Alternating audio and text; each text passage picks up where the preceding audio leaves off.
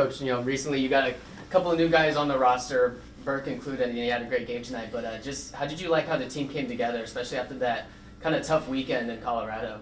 Yeah, I liked our approach. I thought actually off the bat tonight I didn't love us, and I thought we found our game a little bit as the first period went on. And what I really liked the most about it was I thought the third was our best period, and we kind of closed out a game, learned how to win a game. That's a skill that we haven't. Let's be honest, we haven't been in a position to do that very often. So to be in this position and to follow through on that was important. I liked Burke. I liked Robins' line, the whole line in general. It was 11 forwards, so sometimes running somebody else through that line. But for the most part, that I thought that line was actually our strongest line tonight.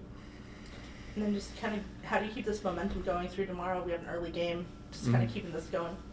Yeah, I think that's kind of the message after the game is, enjoy it. I think it's great. I'm glad we feel good, but, we almost, the position we're in, we got to start preparing for tomorrow right now, and get your rest, refuel, whatever you got to do to show up at 3 tomorrow, a short turnaround, but, it's kind of the way this league works. And your old high school football coach in attendance tonight. How big of an impact has he had on you throughout your career? Now you're a coach as well. Yeah. And just how big was it for you to have him in the crowd tonight, especially with this great win? Yeah, it was awesome. It was great to see him. I think, the best part about seeing him is talking about all our old teammates. It's been 20 years now since I graduated high school, so. A lot of memories. Good to see him.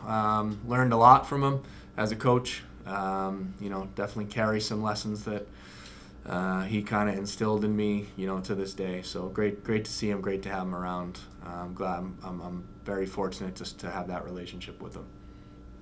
And we were talking a little bit about how basically every series from here until the end of the season is going to be like a mini little play-in series for playoffs. Does that kind of be a mindset where each couple of games is just going to be like a new, all right, we get this next two? Yeah, and I mean this in particular, it's obviously they're in division, obviously they're a team we're behind. Unfortunately they've kind of separated a little bit, but anytime we're playing an in-division team that we're reachable, I would say it's even that much more important. Is there anything that's been different for Tristen recently? Just seems like his, a lot of guys in that situation sort of hit a wall around this time of year. So I think he's picked it up a little bit. Yeah, I think honestly, I think he's having success through his details. I think at times I thought maybe at the beginning of the year he was trying to do a little too much, and now I think it's just he's making 100% plays, and it's resulting in almost like a set of dominoes. Making a small play, making a good breakout, getting a puck behind their D, establishing a forecheck. When you add all those together, that's how you kind of sustain good games, and I really feel like that's kind of how he has gotten to this point, and he needs to continue to do that. I think it's we need him to finish the year, how he's currently playing. We talked after rookie camp about specifically about Tristen Robins and how he's adding to his tool belt, and that was a big conversation of just what all the guys need to do. But with 9 games left in the regular season, what have you seen from Robins that he's added? Yeah, he's been working with Reach a lot in the face-off circle. I think a lot of hockey lessons can start in the face-off circle. Competitiveness, timing, how to cheat, basically, what you can get away with, what you can't.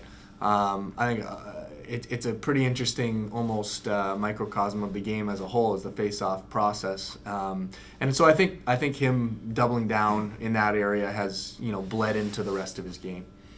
Specifically in the face-off circle, losing a guy like Luke Johnson for this weekend, does that kind of help balance it out when you have a guy like Robins to kind of pick up that spot? Yeah, 100%. And that's Robo does a nice job adding offense as well. But I think looking at him as a prospect, being able to kill penalties, being able to take face-offs, being able to be that kind of last-minute trusted guy, I think is huge for his development. You've had Shakir for 3 games now. What do you think? I like him. His big body, skates well, moves the puck well, handles the puck well. I think he's showing a lot of good things and showing why he was, taken where he was in the first round. He's young. He's still very young, but I think he's put his best foot forward.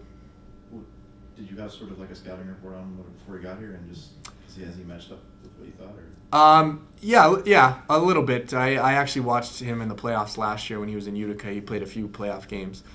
So I watched those games last year, and then when we got him, I watched the film a little bit. Pretty. Add some offense on the power play. Can get a shot through from the OZ blue. Can retrieve a puck. Can move a puck. Has a little deception to him.